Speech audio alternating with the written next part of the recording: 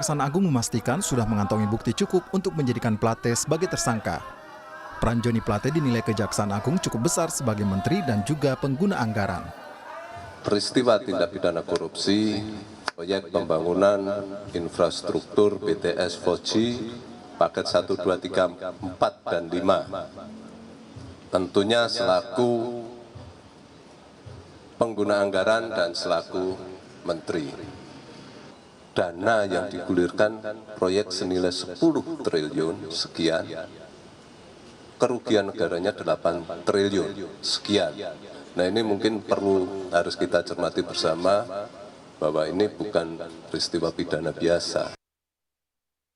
Proyek pembangunan menara pemancar internet cepat 4G Kemkominfo ditargetkan untuk mempercepat koneksi internet di daerah terdepan, terluar, dan tertinggal atau 3T. Dalam perencanaan, Kementerian Kominfo akan membangun 4.200 menara BTS di berbagai wilayah. Kepala Badan Pengawas Keuangan dan Pembangunan atau BPKP Muhammad Yusuf Ateh menyebut kerugian negara dalam kasus ini mencapai 8,03 triliun rupiah. Sebelumnya, Kejaksaan Agung menaksir kerugian negara mencapai 1 triliun rupiah. Adapun kerugian negara sebesar lebih dari 8 triliun rupiah dari pengadaan BTS 4G bakti Kementerian Kominfo berasal dari biaya kegiatan penyusunan kajian pendukung. Ditemukan pula indikasi dugaan penggelembungan harga atau markup, serta pembayaran BTS yang ternyata belum terbangun. Selain Menkominfo Joni G. Plate, Kejaksaan Agung juga telah menetapkan 5 tersangka lainnya.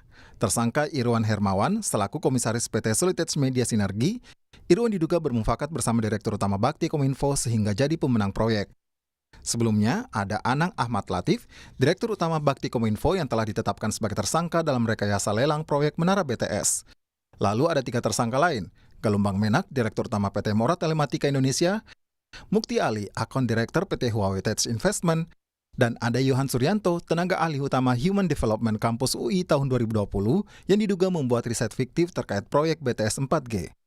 Sebelum ditetapkan sebagai tersangka, Kejaksaan Agung memeriksa Plate sebanyak 2 kali sebagai saksi. Penyidik Kejaksaan Agung juga menyita sejumlah barang bukti, termasuk menggeledah kendaraan dan rumah Plate.